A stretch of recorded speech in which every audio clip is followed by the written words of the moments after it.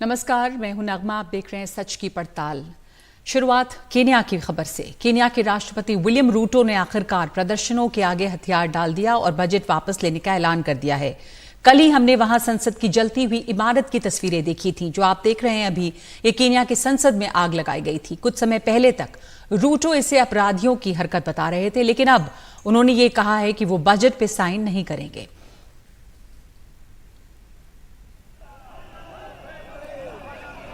I'm listening keenly to the people of Kenya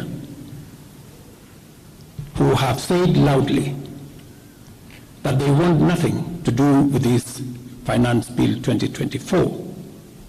I concede, and therefore I will not sign the 2024 Finance Bill. Kenya का जो संकट है वो याद दिलाता है कि बीते 3 दशकों में अर्थव्यवस्थाओं ने राजनीति को किस तरह प्रभावित किया है। 1992 में जॉर्ज बुश के खिलाफ चुनाव प्रचार के दौरान बिल क्लिंटन के रणनीतिकार जेम्स कार्विल ने एक वाक्य का इस्तेमाल किया था जो लगभग मुहावरा बन गया, इट्स द इकोनॉमी स्टूपिड। ये मुहावरा चुनाव में बहुत कामयाब रहा, यानी जब बात चुनाव की आती है तो असल मुद्दा इकोनॉमी है। अमेरिका उस वक्त फौरन इराक वॉर से बाहर आया था, जिसका असर वहां की इकोनॉमी पे पड़ा था। ये वो दशक था जब दुनिया की राजनीति और अर्थनीति बदल रही थी।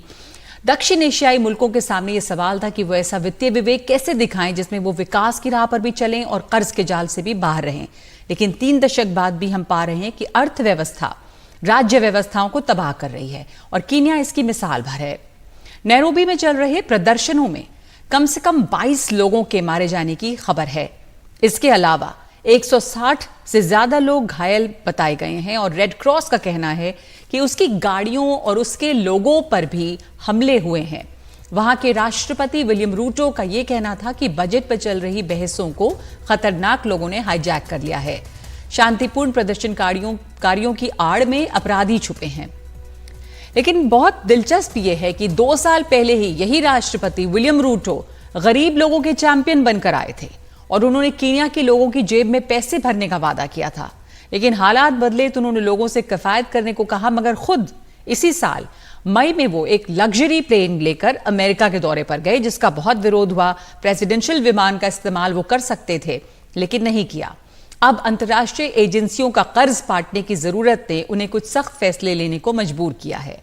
अब सरकार की कोशिश है कि वो $2.7 अरब की अतिरिक्त कमाई जुटाए, जिसके लिए रोजमर्रा के कई सामान टैक्स के दायरे में ला दिए गए हैं।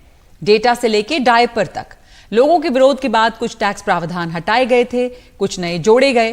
केन्या को लेकर यह स्थिति इसलिए ज्यादा त्रासद है कि 5 करोड़ से कुछ ऊपर की आबादी का ये पूर्वी अफ्रीकी मुल्क अमूमन शांत माना जाता रहा है। बड़ी तादाद में वहां भारतीय भी हैं। फिलहाल भारतीयों को सावधान रहने को कहा गया है। इस पर हम बात करेंगे, लेकिन पहले देखते हैं कादम्बिनी शर्मा की रिपोर्ट।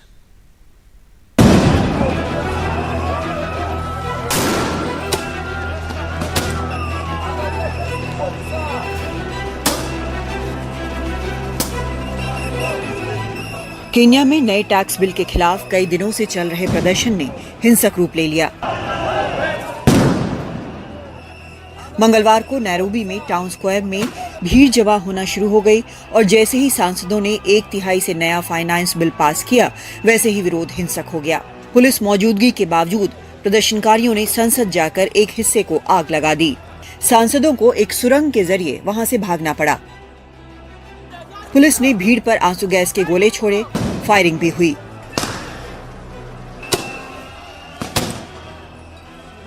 राष्ट्रपति विलियम रूटो ने हालात को ठंडा करने की कोशिश की, राय बताने के लिए युवाओं को सराहा और कहा कि प्रदर्शन में खतरनाक और देशद्रोही लोग घुस गए हैं। हमें अपराध को लोकतांत्रिक अभिव्यक्ति से अलग करना चाहिए। साथ ही अपराधियों और उन लोगों में अंतर करना चाहिए जो अभिव्यक्ति की आजादी का इस्तेमाल कर रहे हैं।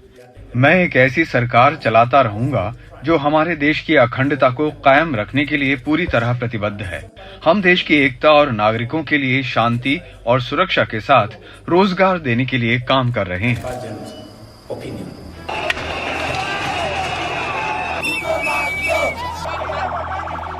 सड़कों पर प्रदर्शनकारियों ने पत्थर फेंके, और कई जगह सरकारी गाड़ियों को आग लगा दी। सड़कों पर शव पड़े नजर आए। सिर्फ राजधानी नैरोबी में ही नहीं, और जगहों पर भी प्रदर्शन हुए। असल में राष्ट्रपति रूटो आर्थिक सुधार के वादे पर 2022 में चुने गए थे, लेकिन हालात मुश्किल है। खाने पीने और आम जरूरत की चीजों के दाम आसमान छू रहे हैं। इस साल केन्या ने विदेशी कर्ज वापसी की योजना में रद्दोबदल किया। इससे केन्या की मुद्रा की कीमत बढ़ी। 80 अरब डॉलर का कर्ज लौटाना जरूरी है। कई प्रस्तावित टैक्स वापस ले लिए गए, लेकिन स्वास्थ्य सुविधाओं से लेकर सस्ते घरों तक पर टैक्स है। कई सालों के भ्रष्टाचार के कारण लोग ये टैक्स देने को तैयार नहीं। ये साफ है कि लोगों ने कानून को खारिज कर दिया है और लोग ही सरकार हैं। आपके साथ अगर लोग नहीं हैं तो आप सरकार होने का दावा नहीं कर सकते। हम ही सरकार हैं और हमने इसे नामंजूर कर दिया है। इसलिए अच्छा है कि इसे सुधारने के लिए वापस लिया गया है। अब सुरक्षा बलों के पहरे में शहर की सफाई हो रही है, लेकिन लोगों को राष्ट्रपति रूटो के अगले कदम का इंतजार है। दिल्ली से Kadambini Sharma, NDTV India. Kenya के नज़ारे ने श्रीलंका की याद दिला दी है, जहां पे 2-3 साल पहले लगभग इसी से मिलती जुलती तस्वीरें सामने आ रही थीं। तब ईंधन और जरूरी चीजों की कमी से भड़की जनता ने तब के राष्ट्रपति गोटाबाया राजपक्षे के महल पर धावा बोल दिया था। आपको दिखाते हैं श्रीलंका की वो तस्वीर। राष्ट्रपति को वहां से भागना पड़ा था और राष्ट्रपति के महल के स्विमिंग पूल और डाइनिंग टेबल पर आम जनता नजर आ रही थी। राजपक्षे मालदीव और सिंगापुर भागते रहे। इसी संकट के बाद रानिल विक्रमसिंघे आए, लेकिन अभी वहां का संकट टला नहीं है। श्रीलंका ने आज ही $5.8 बिलियन के कर्ज को रीस्ट्रक्चर करने के लिए एक समझौता किया है। यह समझौता पेरिस में ऑफिशियल क्रेडिटर कमिटी के साथ हुआ है, जिसमें जापान, फ्रांस और भारत हैं। इससे श्रीलंका को राहत मिलेगी और उस पैसे को जरूरी सेवाओं के लिए इस्तेमाल कर पाएगा। वैसे श्रीलंका की बदहाली साल 2021-22 से शुरू हुई। अत्याधिक खर्च के कारण उसका विदेशी मुद्रा भंडार इतना कम हो गया कि ईंधन और दवाओं तक के पैसे नहीं बचे। मई 2022 में $78 मिलियन का पेमेंट न करने पर श्रीलंका डिफॉल्टर बना। जुलाई 2022 में जनता का गुस्सा सड़कों पर निकला।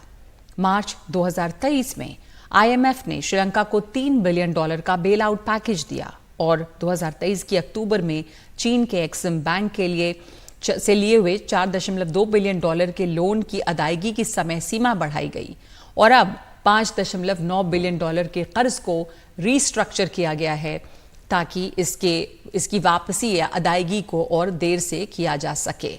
मगर हालात संभल नहीं रहे हैं और आज रात रानिल विक्रमसिंघे जनता को संबोधित भी करने वाले हैं।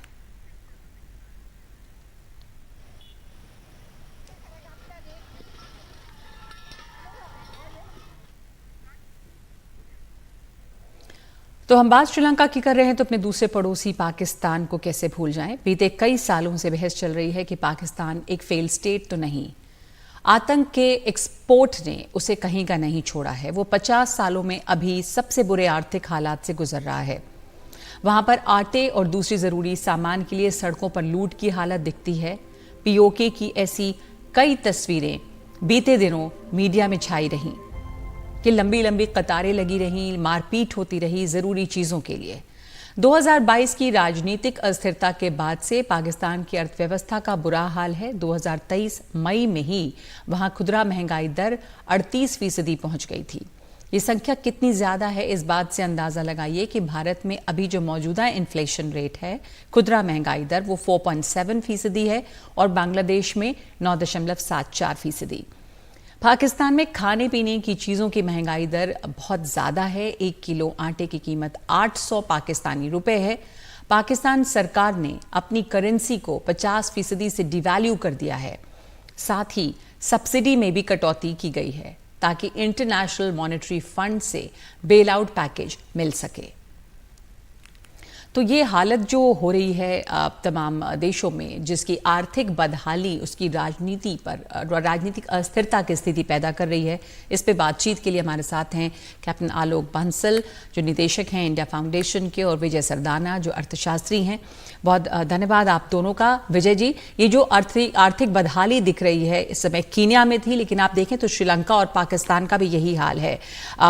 इसकी वजह क्या क्या आप मानते हैं आप? हमारे पड़ोस में श्रीलंका को भी देखें तो वहां पर भी एक आज क्रेडिट डील जो है वो साइन की गई है ताकि तो उसको मोहलत कुछ और मिले। रानिल विक्रमासिंघे आज संबोधित भी करने वाले हैं जनता को। तो इस हालात पे कैसे पहुंचा है पाकिस्तान श्रीलंका? अपने पड़ोस की पहले बात कर लेंगे। डिस्कशन की कोई आवाज मेरे को नहीं आ रही है। मैं बोलता हूं जी। आई थिंक विजय जी को आपकी आवाज नहीं। अच्छा, विजय जी को ऑडियो इस वक्त हमारी नहीं मिल रही है, तो मैं आपके पास ही आना चाहूंगी कैप्टन आलोक बंसल कि ये जो इस वक्त स्थिति है देशों की, जाहिर है कि अर्थव्यवस्था का बहुत बड़ा रोल रहता है एक पॉलिटिकल स्टेबिलिटी के लिए। जो हम देख रहे हैं इस वक्त कीनिया में, जो हमने देखा है श्रीलंका में या पाकिस्तान में, उस पर आपकी टिप्पणी? ये हालात जो खड़े हुए हैं वहां पर, ऐसे में लगता है कि एक कॉर्पस ऐसा हो रहा है। हालांकि IMF बार बार ये बेल आउट पैकेजेस दे रहा है, लेकिन ऐसा लगता है कि ये देश जो हैं वो बिल्कुल कोलैप्स होने की कगार पे हैं। देखिए, इसके कई कारण हैं कि वैश्विक जो अर्थव्यवस्था है पिछले कुछ समय से लड़खड़ा रही है। एक तो कोविड आया और उसके बाद जो युद्ध की स्थिति हुई, रूस यूक्रेन का युद्ध हुआ, इन दोनों चीजों से काफी वैश्विक अर्थव्यवस्था काफी लड़खड़ा गई। विशेषकर वो राष्ट्र जो सिर्फ एक कमोडिटी या एक या दो चीजों के ऊपर पूरी तरह से निर्भर थे अपने फॉरेन एक्सचेंज रिजर्व्स के लिए।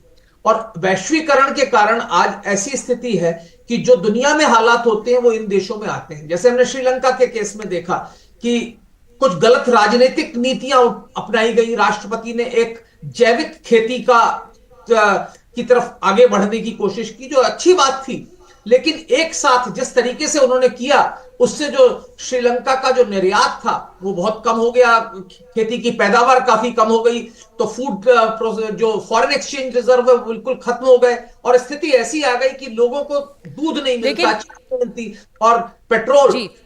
और अब कीनिया की स्थिति, जी आपने ठीक कहा जैविक खेती वाली बात पर। श्रीलंका की हालत उसके पहले से भी जिस तरह वो चाइना के डेट ट्रैप में रहा, और उसके अलावा आप देखें तो ओवर एक्सपेंडिचर जो रहा श्रीलंका में, वो भी एक बड़ा कारण रहा। फिर कोविड के समय जाहिर है कि उनकी अर्थव्यवस्था इतनी नाजुक स्थिति में थी कि वो रिकवरी नहीं कर पाई। फिर तो चाइना के एक्सिम बैंक से अब इनको लोन रिस्ट्रक्चर किया गया है, लेकिन चाइना के डेट ट्रैप या कर्ज जाल में भी तो फंसे हैं श्रीलंका जैसे देश।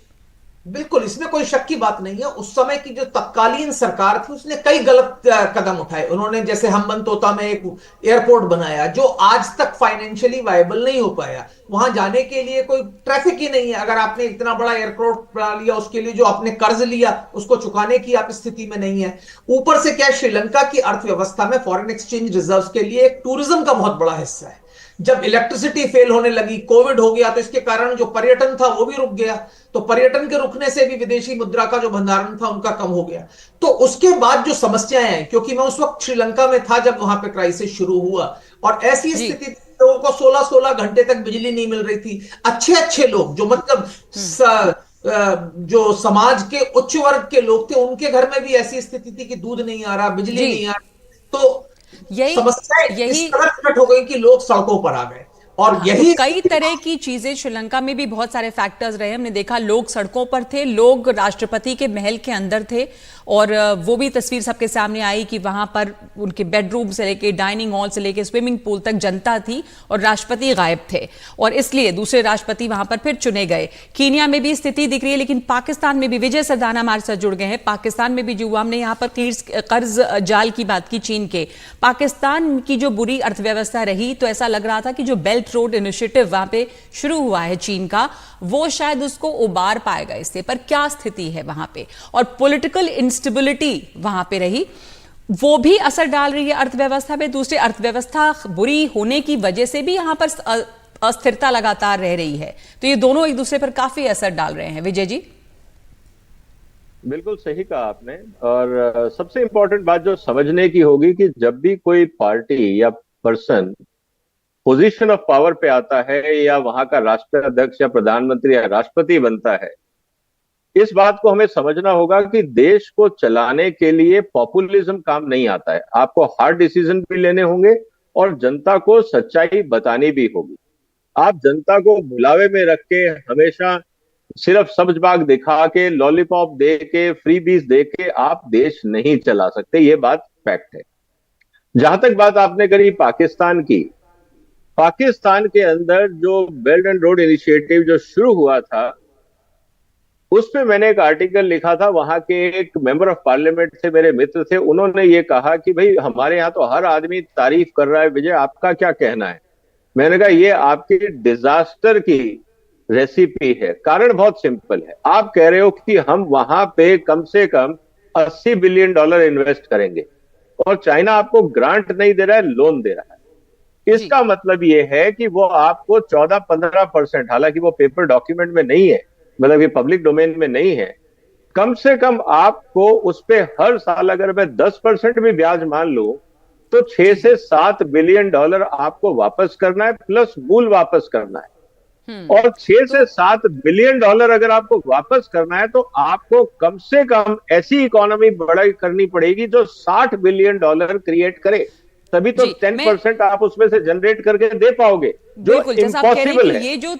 ये जो था वो एक रेसिपी थी डिजास्टर के लिए, जैसा आप मान रहे हैं। एक बात ये भी आप दोनों से समझना चाहूंगी, जो बड़ी तस्वीरें एक ब्रेक के बाद इस पर हम चर्चा करेंगे कि इन देशों का जो इस वक्त हाल हो रहा है वो देखकर, जैसे डिफॉल्टर्स हैं, कर्ज रिस्ट्रक्चर किया जा रहा है, उन्हें क्रेडिट दी जा रही है, क्या कोई ग्लोबली इस तरह का और ऑर्गेनाइजेशन या सिस्टम बनना चाहिए जो इन देशों को इससे उबारे? क्योंकि अगर एक देश इस तरह से डिफॉल्ट करता है या अर्थव्यवस्था तबाह होती है, पॉलिटिकल इंस्टेबिलिटी रहती है, तो वो किसी के लिए भी अच्छी खबर नहीं है। तो एक ब्रेक के बाद लौट रहे हैं हम सच की पड़ताल में और ये आपसे चर्चा जारी रखेंगे।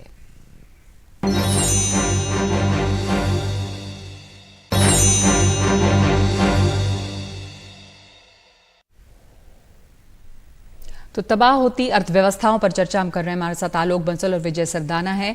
आप दोनों से सवाल कि इस तरह के हालात क्यों खड़े हो रहे हैं और इसका आपको समाधान क्या लगता है संक्षेप में? विजय जी। देखिए, सबसे पहले तो सरकारों को ये समझना होगा कि आपको उतने ही पैर पसारने जितनी आपके पास चादर। जरूरत से ज्यादा प्रॉमिस करते हैं, लोगों को बुलावा में रखते हैं और उन प्रोजेक्ट्स पे आप लोग पैसा लगाने की कोशिश करते हैं जहां से आपको पब्लिसिटी मिले या आपकी नेम प्लेट छप जाए, लेकिन देश कंगाल हो जाए। तो जितने भी पॉलिटिकल डिसीजन हैं, अगर उसका इकोनॉमिक या फाइनेंशियल असेसमेंट नहीं किया जाएगा, सिर्फ आप पब्लिसिटी के लिए काम करेंगे तो बर्बादी निश्चित है। चाहे वो तो आपने कहा कि जो पॉपुलिस्ट डिसीजंस हैं उनकी वजह से भी ये आर्थिक बदहाली हो रही है। अगर आप राजनीति के लिए सिर्फ लोक लुभावन बातें करेंगे तो आलोक बंसल, इसका समाधान क्या है? श्रीलंका में जो हुआ, केन्या में जो हो रहा है, पाकिस्तान की जो हालत है। देखिए, हर राष्ट्र में कुछ सिमिलैरिटीज हैं, कुछ डिफरेंसेस हैं, लेकिन सबसे बड़ा जो रीजन है ये पॉपुलिस्ट पॉलिसीज, ऐसे कदम उठाए जाए जो अर्थव्यवस्था के रूप से ठीक नहीं है। जैसे पाकिस्तान में आज तक लैंड रिफॉर्म्स नहीं, अगर आप देखें, जो एग्रीकल्चरल बेस्ड होने के बावजूद लैंड रिफॉर्म्स नहीं हो पाए। वहां पे जो है एग्रीकल्चर सेक्टर को हम टैक्स के अंदर नहीं ला पाए। ये भारत में भी स्थिति है, लेकिन और अपनी जो बास्केट है उसको हमें स्प्रेड आउट करने की आवश्यकता है। जो एक्सपोर्ट बास्केट है उसको स्प्रेड आउट करने की है। फ्रीबीज को खत्म करने की जरूरत है, क्योंकि जो पॉपुलिस्ट मेजर्स होते हैं जिनका की दूरगामी जो अर्थव्यवस्था पे परिणाम है वो बहुत नुकसानदायक हो सकता है, ऐसे कदम हमें नहीं उठाने चाहिए। जैसे हमने श्रीलंका में देखा कि हम्बनतोता एयरपोर्ट बनाया गया क्योंकि राष्ट्रपति की कॉन्स्टिट्यूएंसी थी, लेकिन उसके लिए कोई ट्रैफिक नहीं था। क्या किया जा सकता? या जब कई बार हम कोई कदम उठाते हैं तो उनको सडन और ड्रास्टिक ना लिया जाए। जैसे जैविक खेती का कदम था श्रीलंका के केस में। जैविक खेती अपने आप में उचित चीज है, लेकिन जैविक खेती का जो इमीडिएट इंपैक्ट हुआ कि प्रोडक्शन कम हो गया, उसका जो लाभ होता वो तो उसमें समय लगता, लेकिन पूरे आपने देश में फर्टिलाइजर्स रोक दिए, पेस्टिसाइड्स रोक दिए, और उसके कारण जो आपका प्रोडक्शन था राइस का, टी का, वो इतना कम हो गया, चावल का और चाय का, कि आपकी जो प्रमुख जो माफ कीजिएगा आपको बीच में काट रही हूँ क्योंकि हमारे पास वक्त इतना ही है, लेकिन जो मोटी तौर पे आप बात कर रहे हैं कि जो फैसले लिए जा रहे हैं वो सिर्फ पॉपुलिस्ट ना हो और फ्री भी जो कल्चर है उससे भी बचना लॉन्ग टर्म में एक इसका समाधान, एक ये रास्ता हो सकता है। बहुत धन्यवाद आप दोनों का हमारे साथ जुड़ने के लिए, आलोक बंसल और विजय सरदाना। हमारे पास वक्त इतना ही है सच की पड़ताल में। और अब आपके लिए एक सवाल जिसका जवाब आप हमें भेज सकते हैं QR कोड को स्कैन करके। आपको बता दें कि सवाल क्या है। सवाल है कि क्या सुचारू ढंग से चलेगी 18वीं लोकसभा की कार्यवाही। तो आप स्कैन करिए ये QR कोड और भेजिए अपना जवाब।